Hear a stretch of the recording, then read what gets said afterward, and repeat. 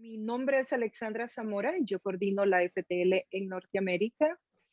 Hoy estamos aquí reunidos, el núcleo virtual de la FTL, y en nombre del equipo coordinador, de los compañeros y compañeras, queremos darte una muy cordial bienvenida y que nos acompañes en esta reflexión presentada hoy por el doctor Dani Carroll, una reflexión sobre orientación a las nuevas corrientes hermenéuticas. Así que sin más, vamos a continuar. Y vamos a pedirle a Lindy, tal vez que nos hagas el favor, Lindy, de hacer una oración para abrir este tiempo de reflexión. Bien. Nuestro buen Dios, estamos delante de ti en comunicación con nuestras hermanas y hermanos para escuchar tu voz por medio de tu siervo Danny Carroll. Te pedimos que le des mucha sabiduría, mucha claridad, que juntos podamos aprender más de tu palabra escrita y cómo acercarnos a esta palabra para que tú extiendes tu reino entre nosotros. En el nombre de Jesús. Amén. Gracias. Bueno, amigos y amigas, el doctor Dani Carroll no necesita mucha presentación, pero como luego sabemos que esto lo vamos a poner en las redes sociales, entonces, si en caso de que alguien no lo conociera, voy a mencionar algunas pocas cosas de todas las contribuciones que él ha hecho a la misión latinoamericana. El doctor Carroll es mitad guatemalteco, mitad americano, y él fue criado de forma bilingüe y bicultural.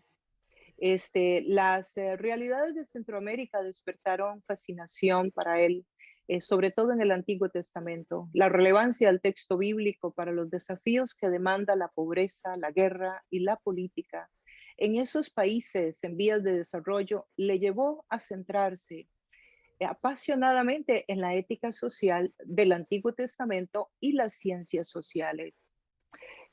Antes de ser profesor en Wheaton, el doctor Carroll enseñó Antiguo Testamento en el seminario de Denver durante muchos años y fundó allí un programa de formación de laicos en español. En Wheaton espera modelar un compromiso para conectar una cuidadosa erudición bíblica con la misión de la Iglesia, al comprometerse con las complejas realidades de hoy. El doctor Carroll ha estado comprometido con iglesias hispanas y ha enseñado sobre Biblia, la inmigración durante muchos años. Su investigación se centra en la literatura profética y la ética, la ética social del Antiguo Testamento y acaba de publicar un importante comentario bíblico en el libro de Amós. Bueno, muchas gracias. Y yo quisiera compartir con ustedes un PowerPoint. Bueno, hermanos, hay una historia detrás de este tiempo que voy a estar con ustedes. Alexander me compartió la inquietud, que otros tienen también, de unas corrientes nuevas acerca de la Biblia. Y ella me pidió que yo compartiera un poco acerca de estas corrientes. Y entonces, esa es la razón por la cual esta pequeña charla lleva este título. Y es una orientación, es decir, es un acercamiento de introducción. Yo puedo hablar con más detalles si hay ciertas preguntas. Yo puedo entrar con más profundidad. Pero en esta tarde pensé en compartir a un nivel algo general eh, para que todos entendieran el marco de referencia para estas nuevas corrientes. Y pensé en compartir esto en forma algo histórica. Y cuando vemos el cuadro tradicional, este es el cuadro que muchas veces hemos aprendido en un seminario o un instituto bíblico o una iglesia local. Y la idea es esta. En cualquier lectura hay por lo menos tres dimensiones. Está el trasfondo o los trasfondos en el cual o en los cuales sale el texto o ahí se produce el texto.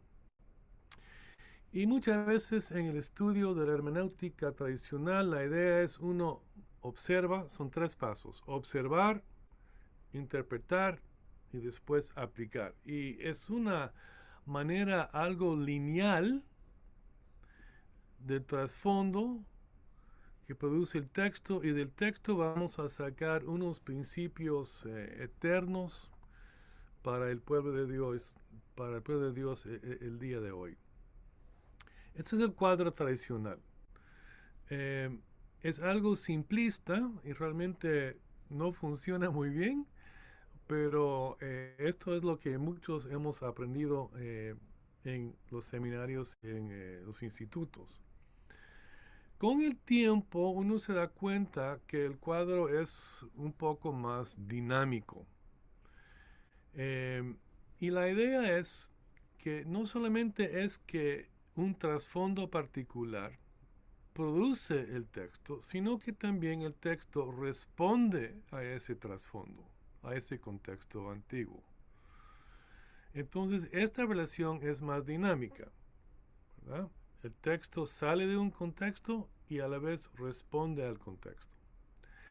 Igual acá, con la idea del receptor. Muchas veces pensamos que aplicamos la Biblia, pero realmente muchas veces la relación es más dinámica entre el receptor, el lector y el texto. Yo voy al texto con unas preguntas, unas inquietudes, y voy buscando pasajes o versículos que van a responder a mi necesidad. Una vez más, no es algo tan lineal, pero es algo más dinámico entre el texto y el receptor. Pero en el marco tradicional, el marco evangélico conservador, todo este trabajo se hace en un marco ortodoxo, en base a ciertas creencias acerca de la Biblia. Es decir, hablamos y usamos jerga como es un texto inspirado, es un texto infalible. Algunos usan el término inerrante. Y esta discusión, entonces, camina con la confianza de que esta palabra es palabra de Dios en su totalidad. Y eso va a ser importante un poco más adelante. Con el tiempo, esta relación entre texto y receptor se ha reflexionado un poco más. Y en mi caso, aquí viene la experiencia en América Central y con el famoso círculo hermenéutico. Y aquí, lo que digo acá es que hay nuevas inquietudes y preguntas, y una palabra clave es la idea de sospecha. ¿Y cómo es que es sospecha? Bueno, en el círculo, y esto fue trabajado con unos filósofos en Alemania en el siglo XIX, pero ya aterrizando en América Latina en los años 60, 70, 80 y 90, ya la sospecha y el círculo es un poco diferente de lo que se dio en Alemania. Y el primer punto es que hay un compromiso con la realidad. Un compromiso de vivencia y también de interés, de investigación, y uno se da cuenta en América Latina de aquel entonces que el mundo latino era un mundo muy opresor, un mundo muy injusto. Uno ya hablaba de pecado sistémico, del sistema, y estructural, que la violencia no solamente era personal, sino también una violencia estructural. En Guatemala, por ejemplo, estábamos en plena guerra, con escuadrones de muerte, matanzas en la montaña. Se vivía en un ambiente de temor y de miedo por la violencia. Y uno ya se daba cuenta de que este pecado era mucho más abarcador de lo que uno tal vez pensaba en el marco evangélico. Y eso creó una sospecha ideológica. Uno ya empieza a preguntarse cómo es que llegamos en Guatemala, en este ejemplo, a este punto en nuestra historia. ¿Cuáles son los mecanismos políticos, económicos y sociales que nos han llevado a esta coyuntura en nuestra historia guatemalteca? Y ya la sospecha es ideológica. Uno empieza a cuestionar lo que es el gobierno, lo que son las instituciones del gobierno, instituciones sociales y económicas, las relaciones económicas a nivel internacional y aún en el país mismo, una sospecha ideológica. En el caso de la liberación, la teología de liberación, ese marco ideológico fue el marxismo o ciertos marxismos, porque hay varios. Ellos escogieron y utilizaron ciertos marxismos, pero el marxismo en términos generales fue el lente con el cual leían e interpretaban esta sospecha ideológica. Pero la idea de cuestionar el contexto surge en ese contexto. Y es una buena lección, digamos, cómo es que vamos a cuestionar lo que vemos y lo que vivimos, sea donde sea, en cualquier contexto en el cual nos encontremos. De esa sospecha ideológica vendría entonces una sospecha teológica y religiosa.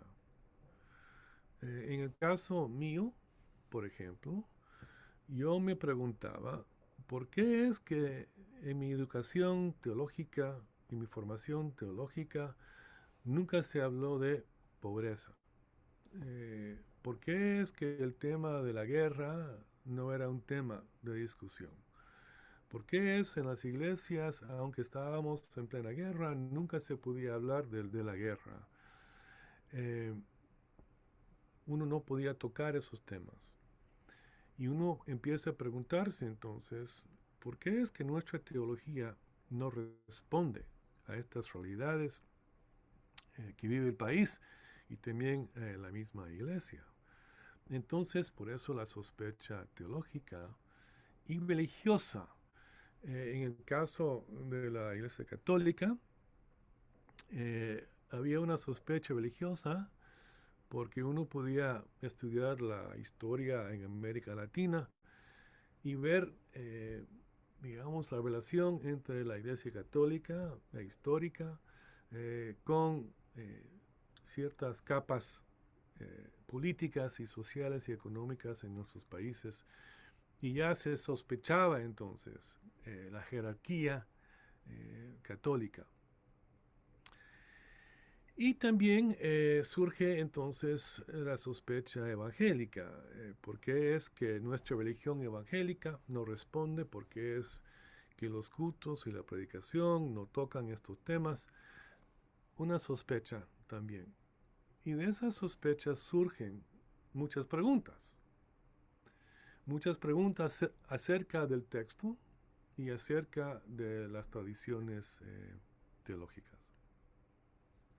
Y eso nos lleva entonces al tercer punto en ese movimiento de este círculo, porque cuando uno ya empieza a pensar en estos temas e ir a la Biblia en búsqueda de respuestas y una orientación para estos temas, uno empieza a ver nuevas cosas, uno empieza a ver nuevos temas en la Biblia, digamos, lo que Dios dice acerca de la monarquía, por ejemplo, en el caso del Antiguo, la crítica profética, la crítica económica y social de los profetas, el cuidado de Dios para con las viudas y los pobres, temas, ¿verdad?, que uno jamás había tocado, que están en la Biblia, ya surgen, ¿verdad?, por estas preguntas. Aún las inquietudes religiosas, uno puede ir entonces a los profetas, a Amós, a Isaías, a Oseas, a Jeremías, Y uno puede apreciar de otra manera la crítica religiosa de estos profetas, donde ellos critican la falta de la ética social del pueblo religioso de Israel y de Judá. Un nuevo aprecio de lo que contiene la Biblia para la vida contextual en nuestros países y aún obviamente en este país de Norteamérica, los Estados Unidos. Y en esa manera se elabora una nueva perspectiva hermenéutica, un lente un poco más abarcador y nuevo para leer las escrituras. Y como digo, la palabra aquí es sospecha. La sospecha ideológica y la crítica religiosa. Y la inquietud ideológica, sociopolítica y económica. Pero este círculo hermenéutico se puede llevar a cabo también dentro de un marco ortodoxo en cuanto a la palabra de Dios. Uno puede ir con la confianza en la palabra de Dios a tratar estos temas y tener la confianza de que la palabra de Dios tendrá respuesta y una orientación. A la vez, aquí hay un movimiento en la historia de la interpretación que es fundamental. Con todo esto, lo que uno ve es que el énfasis ahora en el estudio de la palabra ya no está tanto en los trasfondos, ni tanto en el texto como el punto de arranque. Ya el énfasis está en el receptor. Y la idea ahora es que surgen nuevas maneras de leer e interactuar con el texto bíblico a la luz de los varios contextos o los varios movimientos. En este país, por ejemplo, una lectura afroamericana, una lectura latina, una lectura feminista, una lectura ecológica, y ahora el énfasis está en el receptor. Y aquí hay una pregunta que es fundamental para entender este movimiento. Porque ahora, en contraste con tal vez la idea hermenéutica tradicional, la pregunta clave para la tradicional era esta: ¿qué dice el texto? ¿Cómo es que el texto puede hablar el día de hoy? Pero la idea está en tratar de entender lo que el texto dice. Y por eso cuando, por lo menos este servidor, cuando yo estaba en el seminario, uno estudiaba ciertas normas hermenéuticas, ¿verdad? Cómo leer cierta clase de género literario, cómo observar el texto con cuidado. Y eran reglas y normas para la lectura, para entender mejor, a la luz de los trasfondos, lo que el texto decía. Con el cambio de orientación, el énfasis está en otra pregunta.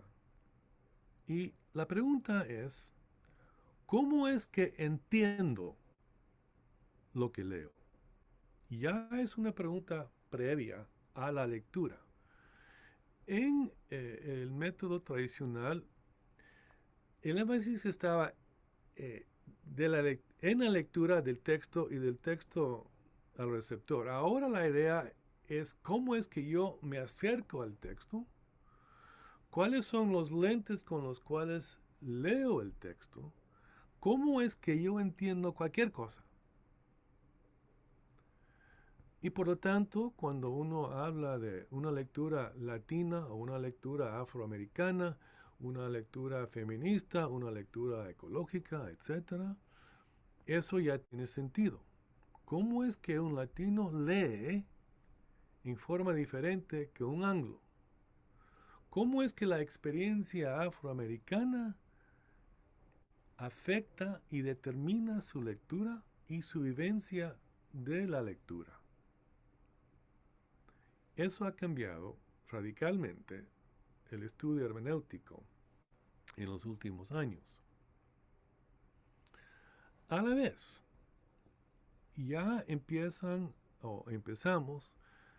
a ampliar el estudio de los trasfondos. ¿Qué quiero decir con eso? Bueno,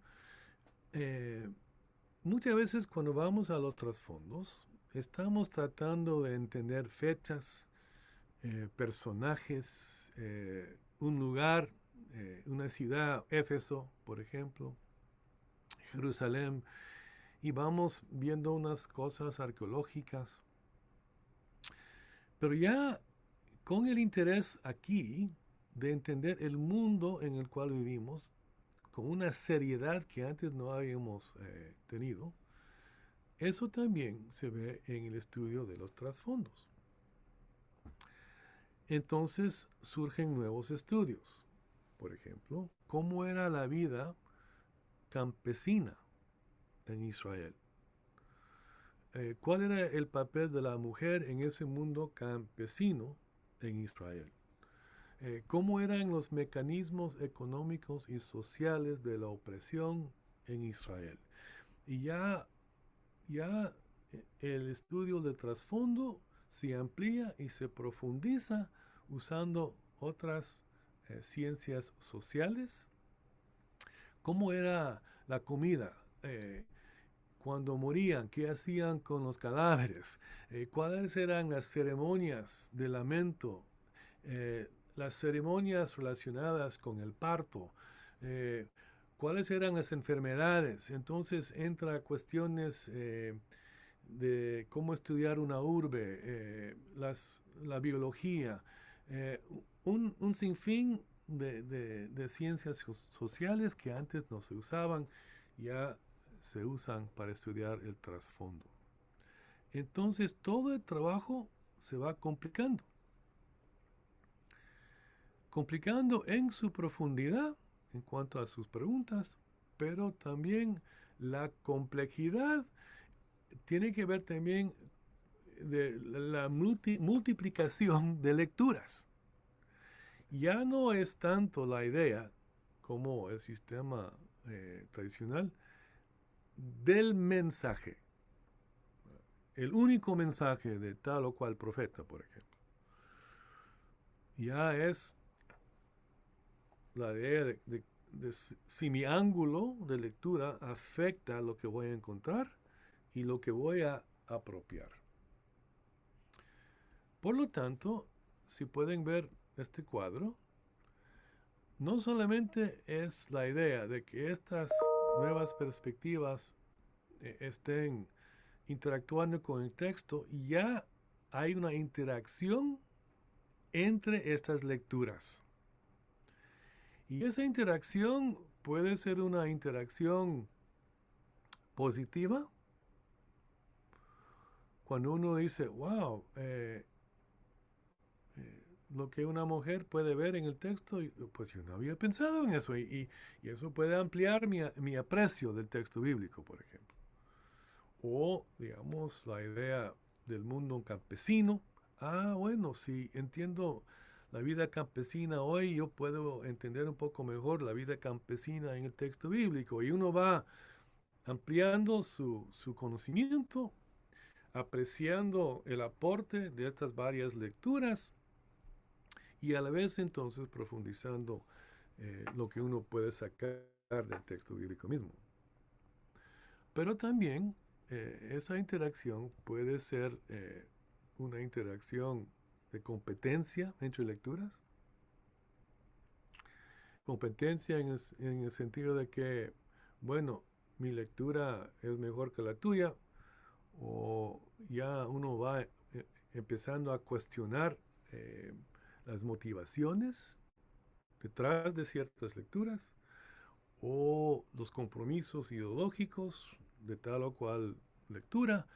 Y esta interacción entonces es una relación más dinámica, en el sentido es una dinámica más crítica. Entonces, los trasfondos, más complejidad. Receptores, más complejidad, porque hay muchas lecturas, pero también más complejidad porque ahora hay competencia entre lecturas, además de tener más lecturas. ¿Okay? Bueno, quiero parar aquí solo para ver si habrían unas preguntas, si me estoy explicando bien o si hay unos vacíos que tengo que llenar. Si no, yo puedo continuar. Y Dani, yo creo que si quieres continúas y luego después abrimos para preguntas, ¿te parece? Pues para mí está bien, yo solo quería saber si me Ay, están ay, siguiendo la pista ahora o si los perdí. ay. Ok, claro, yo no sé si alguna persona tiene alguna pregunta que sea de unos 30 segundos. Si no, pues entonces continuaríamos. Es que yo no los puedo ver, amigos, porque está el PowerPoint, por eso. mm, Ok, Dani, creo que continuamos, Dani.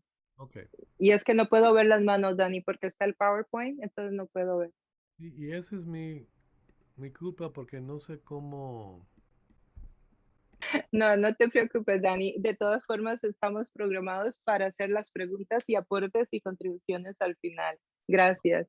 Muy bien. Bueno, Si alguno está confundido, que se quede con la confusión hasta el final, Dani. muy bien.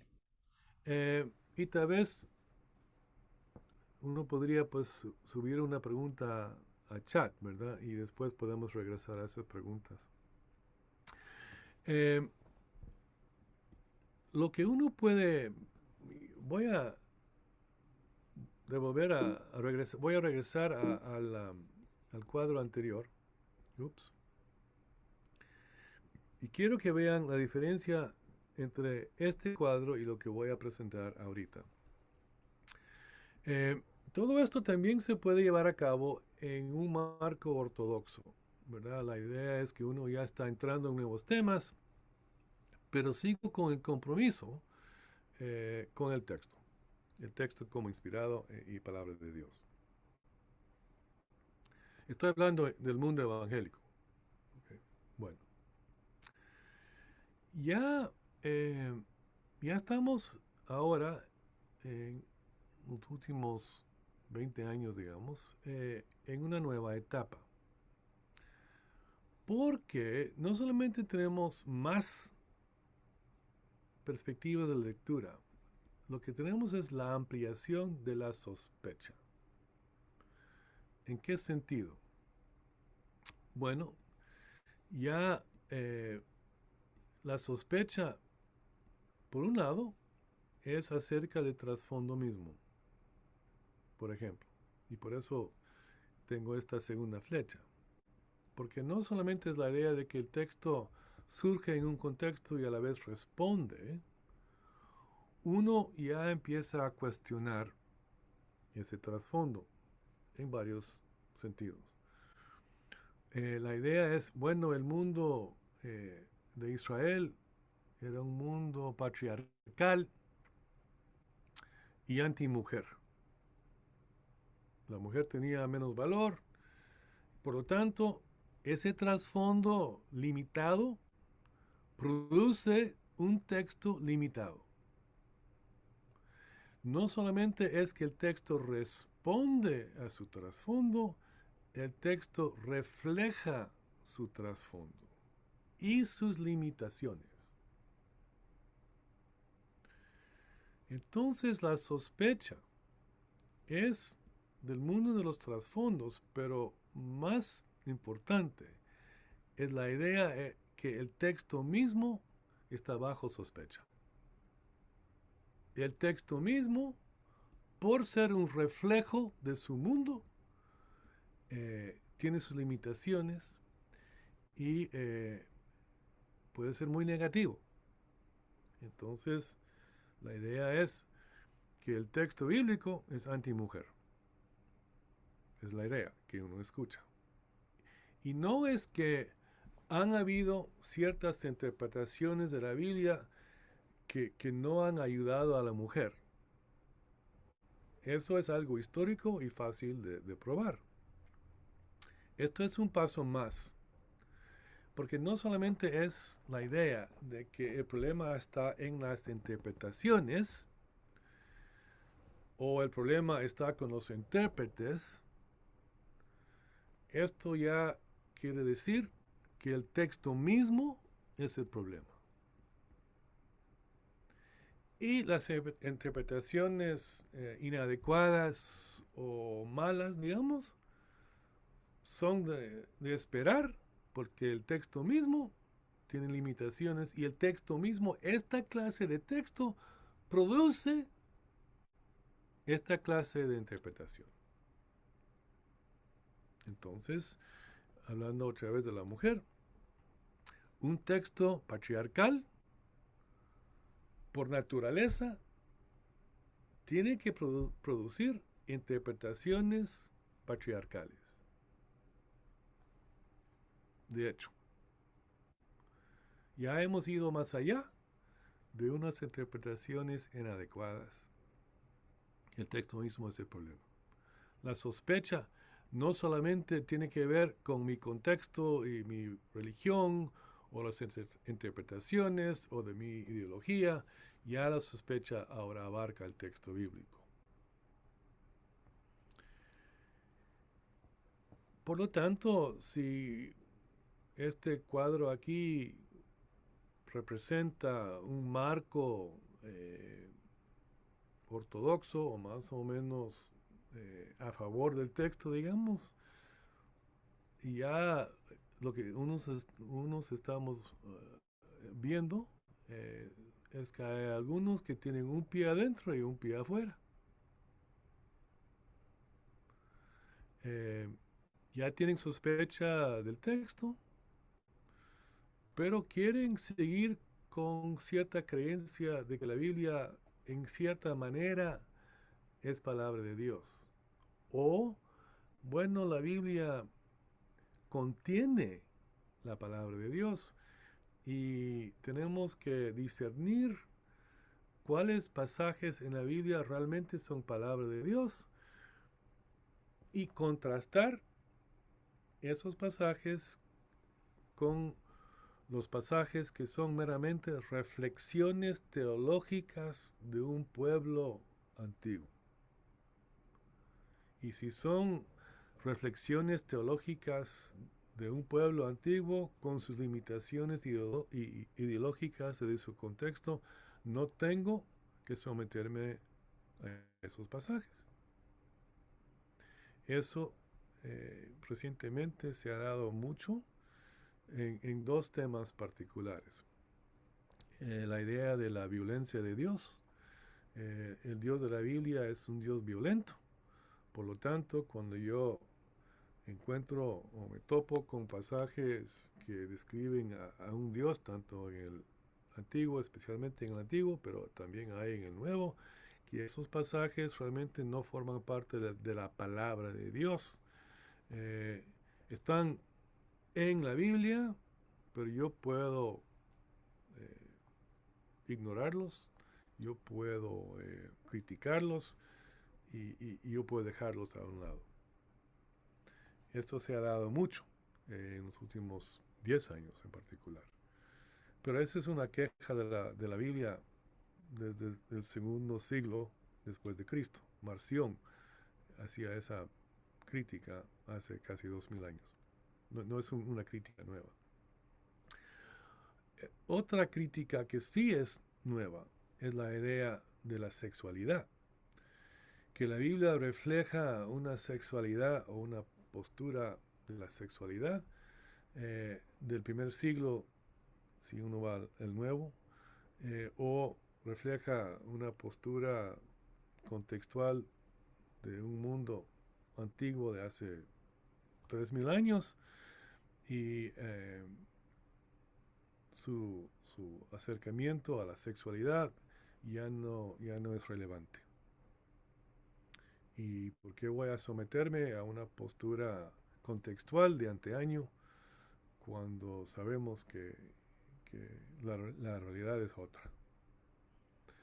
Entonces,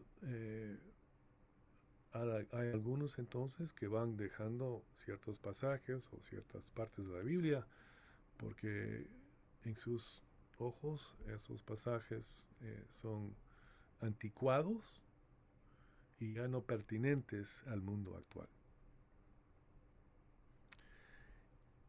Lo que ha sido preocupante en los últimos 10 años tal vez un poco más, es que esa postura de sospecha ya ha entrado en la iglesia evangélica. Yo no sé cómo andan las cosas en Honduras, por ejemplo, pero en este país hay ciertas universidades evangélicas que ya enseñan esto. Yo tengo unos ejemplos que no les voy a dar, pero eso ya está en facultades evangélicas en este país. Y también en unos seminarios, pero en universidades en particular se ha visto esto. Entonces surge el nuevo reto de hacer una decisión acerca de lo que es la Biblia. Si la Biblia es palabra de Dios o si la Biblia contiene palabra de Dios. Si hay que creer en todo lo que la Biblia dice o uno tiene que saber cómo discernir entre lo que uno puede aceptar y lo que uno va a rechazar. Habría mucho más que decir en cuanto a esas tensiones actuales, pero tal vez puedo dejar eso ahí para ver si habrían preguntas. Muchas gracias, Dani, muchísimas gracias. Y ahora, pues, muy agradecido, Dani, por tu generosidad, por compartir este tema y vamos a abrir a preguntas. Yo quisiera pedir a los compañeros y compañeras si tienen alguna pregunta, si quisieran escribirla en el chat, pues sería lo mejor para poderlas ir leyendo. Si alguien pudiera tener la capacidad de síntesis de hacer una pregunta, digamos en unos 30 segundos, eh, para que tengamos espacio para darle oportunidad a otros de hacer la pregunta, también la podría hacer directamente oral, siempre y cuando pues usted pueda poner la pregunta en unos de 30 segundos, si es posible. Gracias. No, la pregunta que se me ocurre es, ¿no existían quizás esta misma sospecha ya en los tiempos bíblicos, en el tiempo de Jesús, en el tiempo de los apóstoles, aún en el tiempo de los profetas? Buena pregunta. Lo que es diferente cuando Jesús está en debate con los fariseos, por ejemplo, o si los profetas están debatiendo con otros profetas, no hay sospecha en cuanto a si es o no es palabra. Jesús dice a los fariseos, ustedes conocen la palabra. Ellos no están cuestionando si la palabra es palabra de Dios. El debate está en las interpretaciones. Y él va corrigiendo sus interpretaciones y criticando sus interpretaciones, pero él no critica su creencia acerca de lo que es la palabra de Dios, si es palabra de Dios. La idea es que si yo fuera Jesús, digamos, estamos de acuerdo que esta es palabra de Dios, pero vamos a estar argumentando sobre qué dice la Torá acerca del divorcio, por ejemplo. Pero ya, y no es cuestión de la palabra, es cuestión de interpretaciones. Y ahí viene Ujú, lo que es difícil. ujú, ujú, mm. Entonces, perdón, continúa, Dani. Yo vi una mano con Daniel Cárdenas. Sí, doctor Carroll, primero muchas gracias por su, bueno, me encantó especialmente la transición de ideología a teología y a sospecha ideológica a teológica, ¿no? Eh, yo solo tengo una pregunta súper pequeñita. Usted mencionó de que un texto patriarcal machista va a tener siempre una interpretación patriarcal y machista. Eh, en ese sentido, ya que usted al final mencionó el tema de la sexualidad, ¿podría decirse que un texto homofóbico va a tener una interpretación homofóbica o, bueno, quizás ampliando a todo el espectro no binario y bueno, y queer, ¿no? Entonces, ¿podríamos decir lo mismo de los textos? Bueno, tal vez no me comuniqué muy bien, pero la idea es que yo no estoy de acuerdo con eso. No es que yo estoy de acuerdo con esa tendencia de sospechar la Biblia como palabra de Dios. Yo estaba tratando de describir la tendencia. No es que yo estuviera a favor de esa tendencia. La tendencia es preocupante y tenemos que saber cómo responder como evangélicos y tenemos que definir mejor nuestra postura acerca de la Biblia. La tendencia es que cierta clase de texto tiene que generar cierta clase de interpretación. Esa es la idea. Eh, lo que pasa, y esta es una discusión larga y compleja, es que muchas veces esas acusaciones al texto en mi mente son incorrectas y son lecturas inadecuadas. Eh, y no, eh, les voy a dar un ejemplo. Eh, algunas feministas, y no todas, hay mucho aporte feminista a la lectura bíblica que es muy constructivo. Pero, por ejemplo, la idea es que la mujer no tiene papel en la sociedad israelita, que es casi una esclava, y uno lee tales cosas. Pero ha habido el estudio de cómo es una sociedad campesina, y en ese mundo antiguo, para sobrevivir y para comer, uno tenía que tener muchos hijos, porque todo era así de mano, ¿verdad? Mano de obra. No, muchos ni tenían animales, digamos. Entonces, trabajar la tierra era algo así, a- con el sudor y con las manos.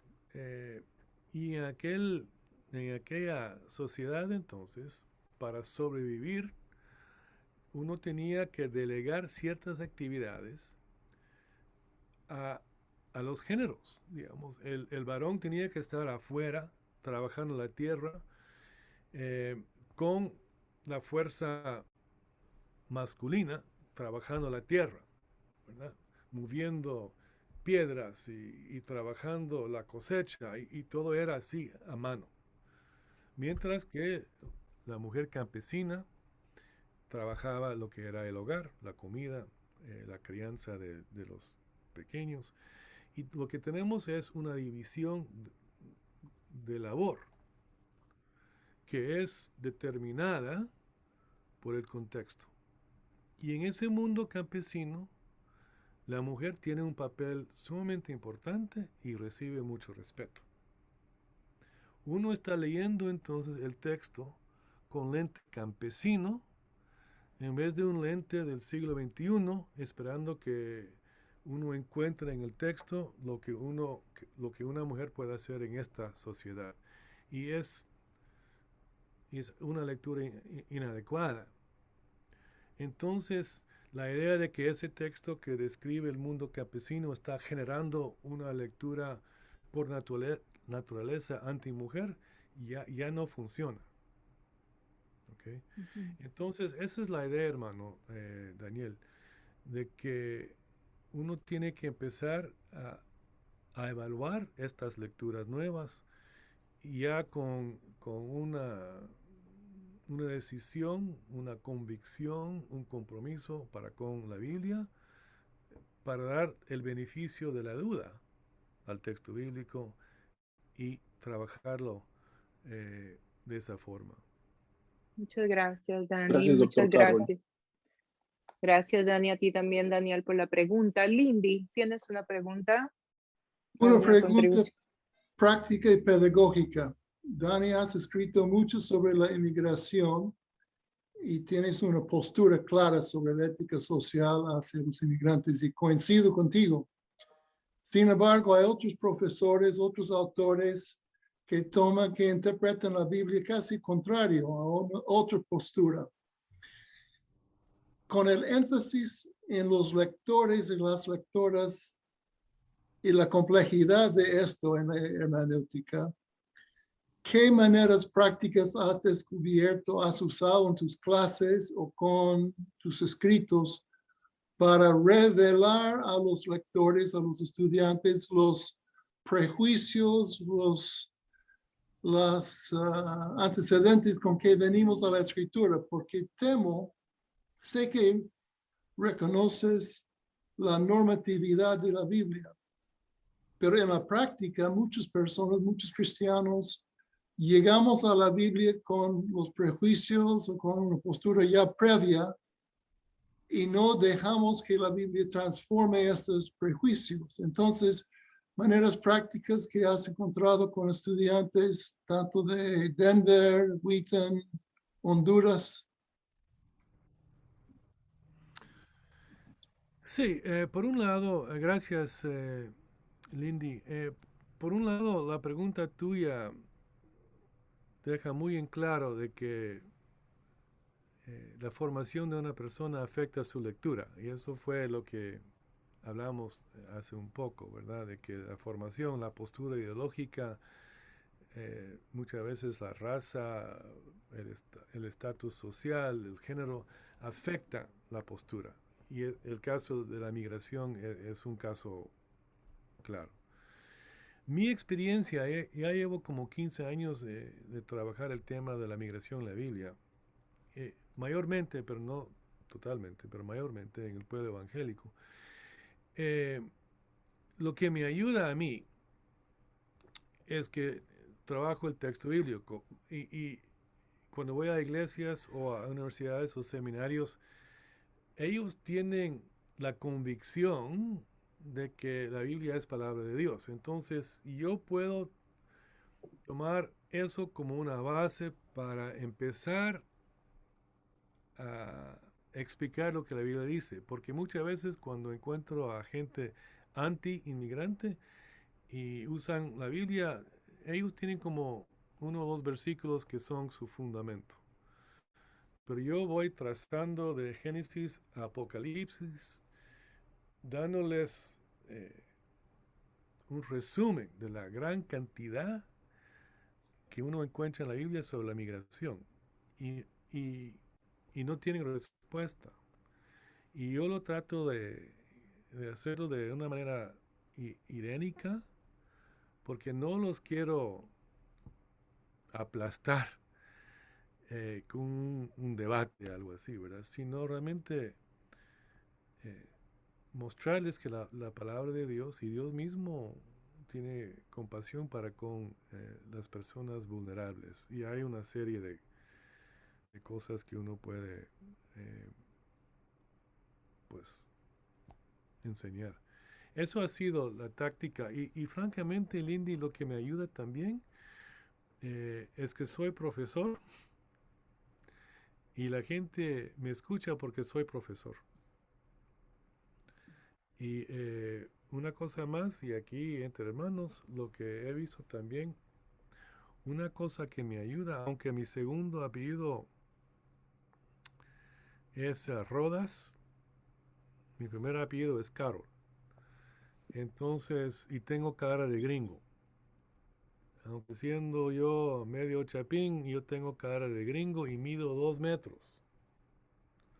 Mi hermano mayor me llega por acá. ¿Verdad? No sé cuál fue el fallo genético en la familia, pero así somos. Entonces, si yo tuviera otro apellido, si yo no tuviera la cara de gringo que tengo, si mi primer apellido fuera Mendoza, si yo no fuera profesor en una institución de renombre, tal vez la recepción sería otra, hablando francamente. Y pues me aprovecho de esas cosas. Ujú. Eh, Gracias. ¿Existe validez para la sospecha? Desde tu perspectiva, ¿hay un límite para la sospecha? Y si un texto bíblico, por ejemplo, es machista y patriarcado y habla y se interpreta desde ahí, eh, ¿qué es lo que cómo deberíamos entonces de acercarnos a ese texto? ¿Hasta dónde estamos cruzando la línea en considerar que la palabra de Dios ya no es palabra de Dios o que ese trozo de la palabra de Dios no es? eh, buena pregunta. La sospecha. Para mí la sospecha ayuda mucho, pero sospecha de qué? Digamos, cuando yo hablé del círculo hermenéutico, la sospecha de la realidad, la sospecha de la religión, de la teología, la sospecha de lecturas, interpretaciones, para mí eso es válido.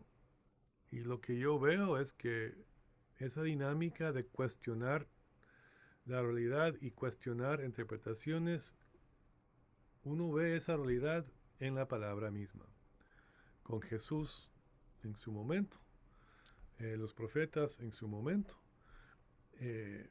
Lo que uno ve en la Biblia misma son debates hermenéuticos, debates basados en cuestiones existenciales, pero también ideológicas y religiosas. Entonces, esas sospechas realmente me ayudan a mí a entender mejor el contexto en el cual vivo y también me hace pensar en nuevas preguntas que puedo hacer a la palabra que yo no había hecho antes. Entonces, para mí, esas sospechas son constructivas. En cuanto a sospechas, en cuanto a la palabra, por eso digo que uno tiene que decidir qué es la Biblia. Si uno decide que la Biblia contiene la palabra, en contraste con la Biblia es la palabra, uno se acerca a esas sospechas y a esas preguntas de una manera distinta. Entonces trato de leer con más cuidado al texto, eh, con, con la conciencia de que este es un texto problemático. Eh, y aquí yo podría darles tantos ejemplos. Si me dan un minuto les voy a dar un ejemplo. Tenemos la violación de Tamar en 2 de Samuel 13. Lo que no tenemos en ese texto es un versículo que condena lo que pasa. Y algunos llegan a ese texto a puro helicóptero. Leen el texto, no ven nada, salen de ese texto así a manera de helicóptero y dicen, este texto es antimujer. Que esa es una mala lectura. Si uno regresa 2 capítulos antes, el capítulo 11, tenemos la escena con Betsabé, y ahí vemos la condenación en el último versículo de ese capítulo 11. En capítulo 12, la condena profética de Natán con el decreto de que su familia va a sufrir y que la idea de violación de mujeres va a ser algo público. Y en capítulo 13 tenemos ya una violación de una mujer entre familia. Y esa violación genera la muerte del varón que violó a la mujer y fue matado por su hermano, porque el que va violando Tamar es medio hermano, ¿verdad? Del hermano de sangre de Tamar. Y ese hermano mayor, en un momento dado, asesina al otro que violó a su hermana. Y ahí uno va, después de un poco de tiempo, a una guerra civil entre Jonatán y su padre David. Y uno puede ver que esa violación es parte de un patrón de acciones y es parte de un desarrollo destructivo de las consecuencias de la violación de una mujer, Betsabé, y ya aún entre familia. Entonces el texto en su historia es como leer una novela. Una novela no dice, esto fue malo. Pero uno va leyendo la novela y uno se da cuenta que las cosas van de mal en peor. Y uno dice, wow, eso es porque eso aconteció. Y estos son los resultados de lo que había pasado. Es lo mismo en ese texto. El país va hacia una guerra civil. Y David tiene que huir. Y los hijos se matan. Y Jonatán es matado también por el general de David. Y una serie de cosas que van de mal en peor. Entonces, la historia misma es la condena de lo que pasó con Tamar. Una lectura literaria deja muy en claro que el texto es pro mujer, no anti mujer. Y uno tiene que ir caso por caso entonces, con lecturas más cuidadosas, a la vez reconociendo que hay una progresión de revelación. Una cosa más otra vez acerca de la mujer. En Génesis 1, varón y hembra creados a la imagen de Dios. Son iguales con el mismo mandato de sojuzgar la tierra. Los mismos dones con la misma misión. Y lo que uno ve ya más y más con Jesús es que la mujer a través de Jesús va recuperando lo que ella tenía antes en el huerto del Edén. Y ahí uno puede ver la progresión de la revelación. Hasta cierto punto el antiguo refleja su mundo, ¿verdad? Aunque supera su mundo a la vez. Y sabemos que en la Biblia esa superación en cuanto a la esclavitud, en cuanto a la mujer, en cuanto a clases sociales, va hacia adelante de una forma positiva. Y eso también tiene que ser parte de la respuesta bíblica. Y es una respuesta canónica, no solamente cuestiones de helicóptero, de un pasaje aquí, un pasaje aquí, otro pasaje aquí, sino es una lectura canónica del tema. Bueno, hablando de la teología y la ideología, ¿no?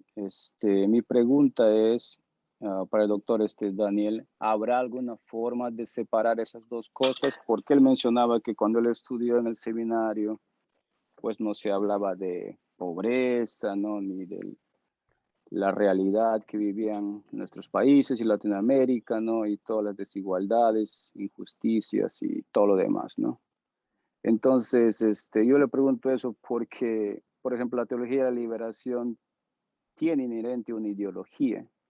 La teología de la prosperidad tiene inherente una ideología. Eso no se puede negar. Si alguien niega eso, pues, no sé, es alguien que está en otro mundo, ¿no? Y más ahora en este tiempo, ¿no? Los que vivimos aquí en los Estados Unidos sabemos que la gente usa la teología, ¿no? La religión con una ideología bien marcada, ya sea de derecha, sea de izquierda, sea de centro, sea progresista, sea liberal, en todas sus diversidades, ¿no? Entonces, ¿habrá alguna forma de separar eso o también nosotros, conscientes o inconscientemente, conscientemente estamos también involucrados, ¿no? En esto, en siguiendo y aprendiendo y enseñando teologías que responden a una ideología y que al final eso justifica un status quo, ¿no? Justifica un modelo económico, justifica todo lo que podemos vivir, ¿no? En una sociedad. Gracias. No, excelente la observación, Fernando. Eh, lo que me ha ayudado a mí es ver esa lucha ideológica en el texto mismo. Di el ejemplo de los profetas y de Jesús. Ahí uno ve la lucha ideológica. Y por eso ellos van enfrentando a los gobiernos, a los reyes y a los consejeros del rey. Y también van criticando la jerarquía y la estructura religiosa de sus tiempos. Entonces, para mí eso es una crítica y una interacción ideológica. Entonces, la Biblia me da lugar para hacer lo mismo.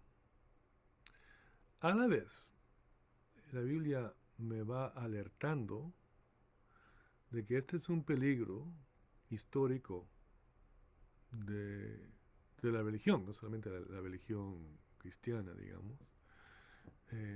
Y la historia de la iglesia es una historia de compromisos y de pleitos ideológicos que no podemos negar.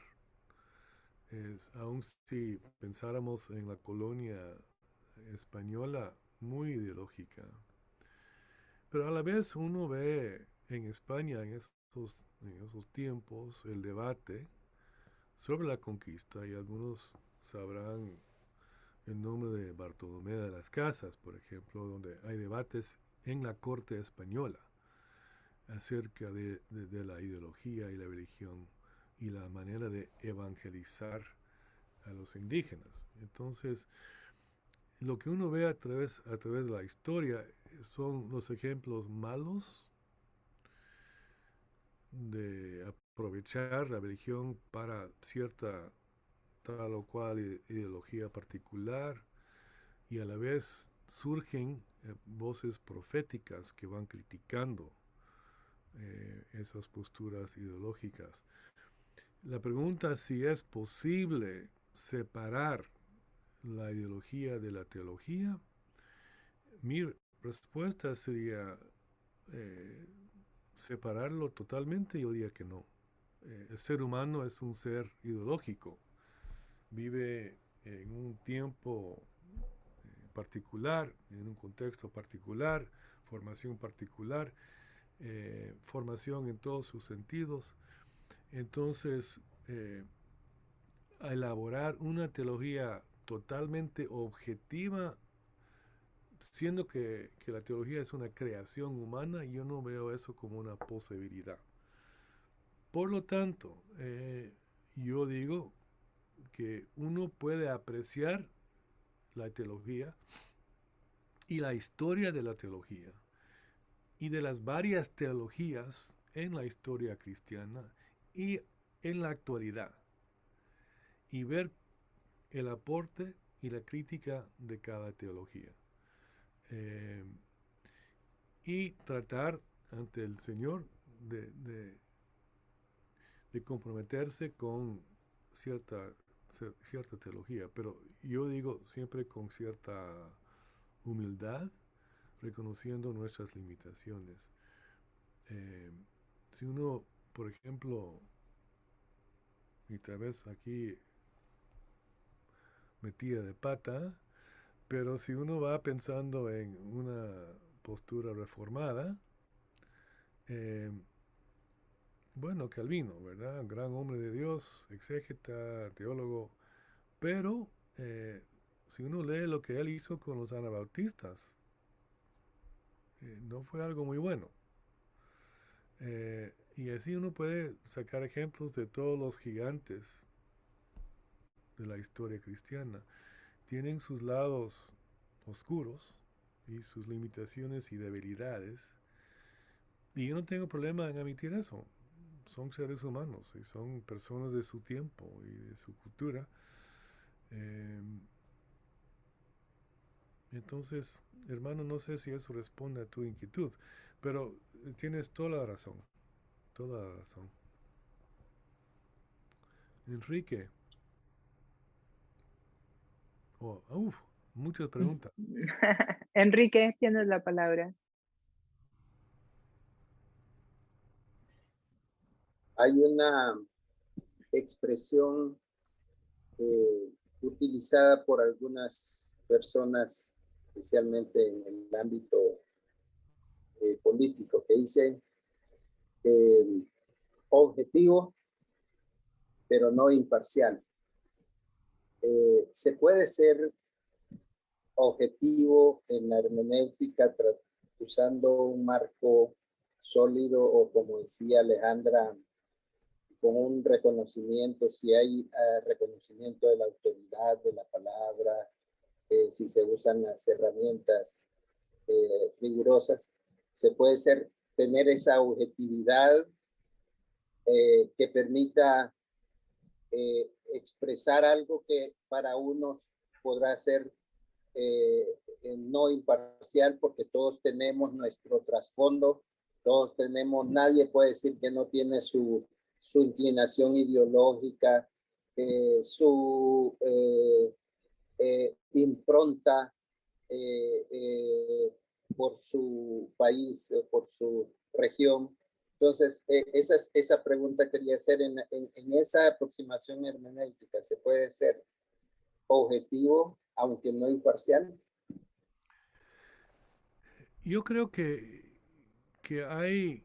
es posible una objetividad limitada. Eh, y quiero explicar eso. Si uno tiene el compromiso para con el texto, entonces ahí viene la exégesis cuidadosa, el estudio de los trasfondos y del texto mismo. Y por mi compromiso con el texto, me someto al texto. Y quiero escuchar lo que el texto dice. Pero a la vez, yo reconozco que yo no soy omnisciente, que mi exégesis no va a ser perfecta, que van a haber otros lectores con el mismo cuidado, leyendo desde otra perspectiva, que van a poder ver cosas ahí que yo no había visto. Por ejemplo, Alexandra mencionó mi experiencia en Guatemala, que fue una experiencia de muchos años. Y no es que yo jamás había leído los profetas, no es que jamás había hecho yo exégesis de Amós, pero no había captado la profundidad de la crítica social del profeta. Hasta que otras personas con el mismo compromiso con el texto me empiezan a decir, pues no viste esto. Pues no. ¿O no ves la emoción detrás de la crítica? Pues no. Entonces, es una objetividad basada en el compromiso con el estudio cuidadoso, pero es una objetividad limitada y yo diría también con humildad, sabiendo que van a haber otros hermanos y hermanas con más dones, más estudio de los trasfondos o algo así, mejor manejo de los idiomas que yo tengo, y ellos van a poder ayudarme para leer mejor.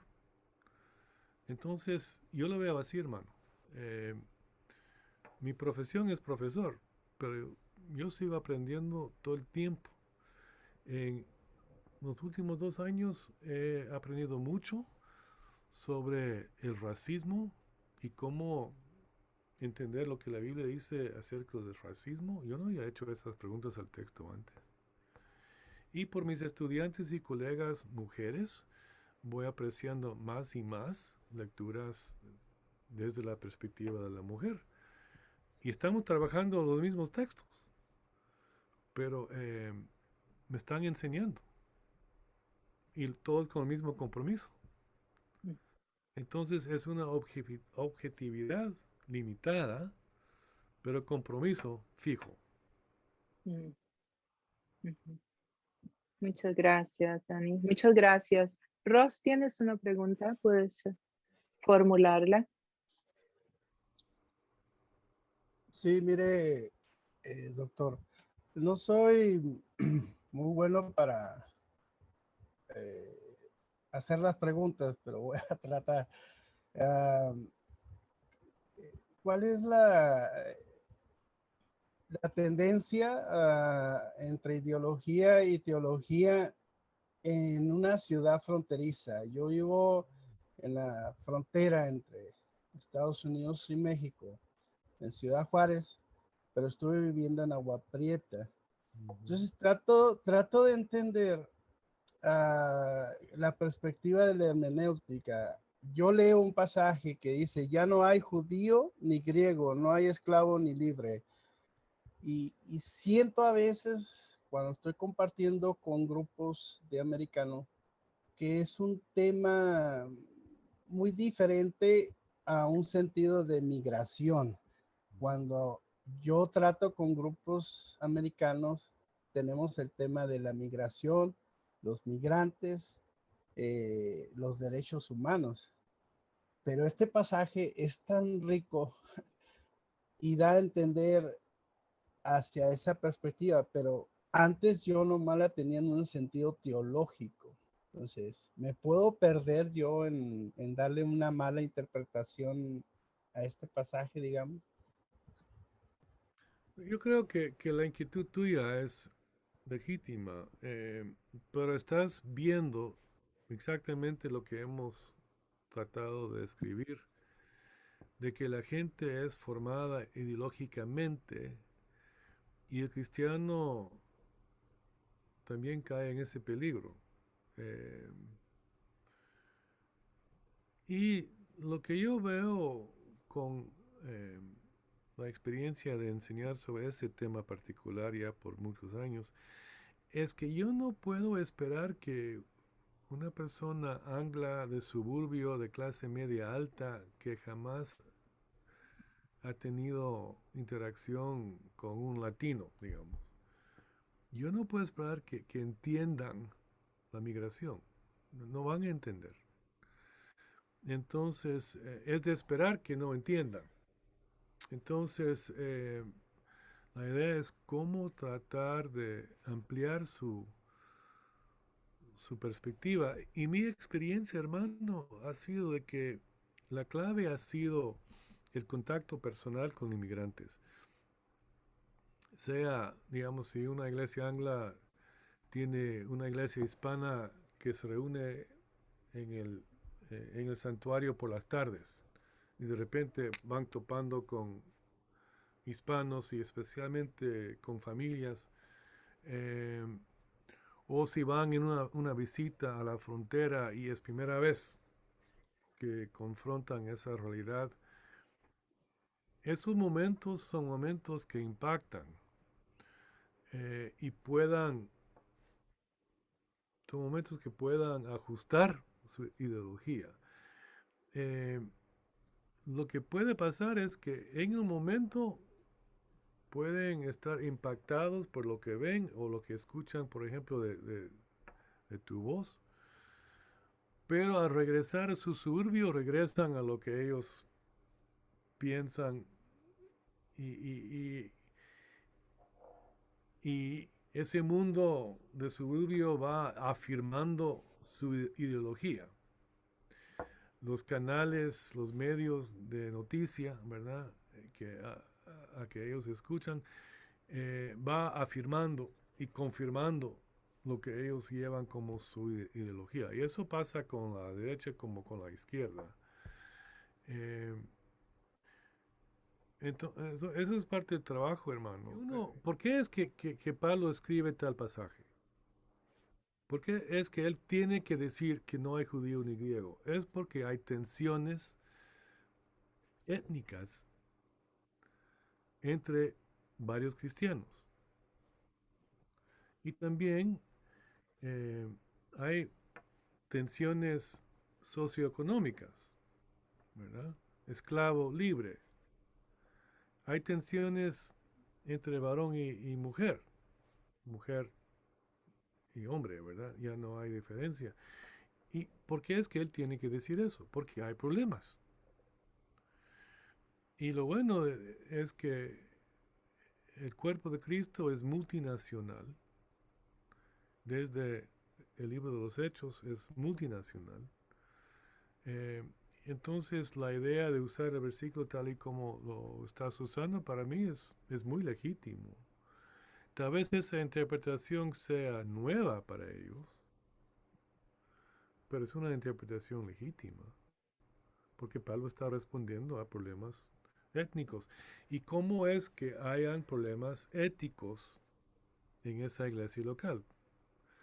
Pues en el mundo del Mediterráneo antiguo hay mucho movimiento de personas y de grupos, y seguramente esa iglesia tenía personas de diferentes países, de diferentes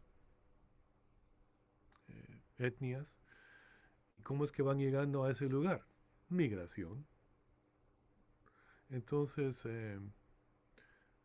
es un uso legítimo, hermano. Entonces, pero lo que estás viendo es que tu experiencia te da una manera de leer que ellos no pueden entender porque ellos no han vivido como tú has vivido. Pues invitamos a Dani a que nos haga un cierre, Dani, nos dejes con algo aquí para cerrar esta conversación tan interesante, Dani. Estamos muy agradecidos contigo. Muchísimas gracias. Pues siempre, Alexandra, estamos a la orden en lo que podamos ayudar. Tal vez la idea es que tenemos que estar más conscientes de nuestro contexto y cómo nuestro contexto impacta lo que hacemos y lo que leemos en la palabra. Pero también, para mí, tal vez desde la perspectiva de profesor, la importancia de tener una bibliología profunda y un compromiso con la palabra, porque los retos ya son nuevos y los retos requieren una respuesta adecuada. Y a la vez estar abiertos a nuevas ideas y dar la bienvenida a estas preguntas, porque tenemos que dar respuesta a nuestro contexto. A veces esos serían los puntos mayores, Alexandra. Y bueno, yo quisiera pedirle al pastor y doctor Enrique Martínez, si nos haces el favor, Enrique, de orar por Dani, bendecir su vida, su familia, sus hijos, sus nietos y su servicio. 4 nietos, sí. Va a ser un privilegio. Oremos. Señor, en esta tarde que hemos podido reflexionar sobre nuestra respuesta a tu palabra, y no solamente sobre nuestra respuesta intelectual, sino también nuestra práctica. Señor, te agradecemos por la vida de nuestro hermano Dani, por su familia, por su ministerio. Te lo encomendamos a tu cuidado para que tú le sigas usando poderosamente, le sigas usando como una influencia positiva para tu iglesia y para que pueda seguir motivando a tus seguidores a buscar el reino de Dios y su justicia. Gracias por su vida y gracias también por el núcleo de la FTL Norteamérica que se ha mantenido activo. Gracias por Alexandra, por su actividad y por todos los núcleos de la FTL en América Latina. Despídenos con tu paz en el nombre de nuestro Señor Jesucristo. Amén. Amén. Nos alegra muchísimo que nos hayas acompañado. Esperamos que esta reflexión haya sido bien para tu vida y que continuemos haciendo teología en el camino, en nuestros hogares, con nuestro grupo de iguales, en los espacios de influencia donde Dios nos ha puesto. Y si tienes interés en unirte a un núcleo de la FTL en Norteamérica, pues te invitamos a que nos escribas. eh, y vamos a estar en contacto para poder ayudarte a conectarte con alguno de los núcleos en Canadá o en los Estados Unidos.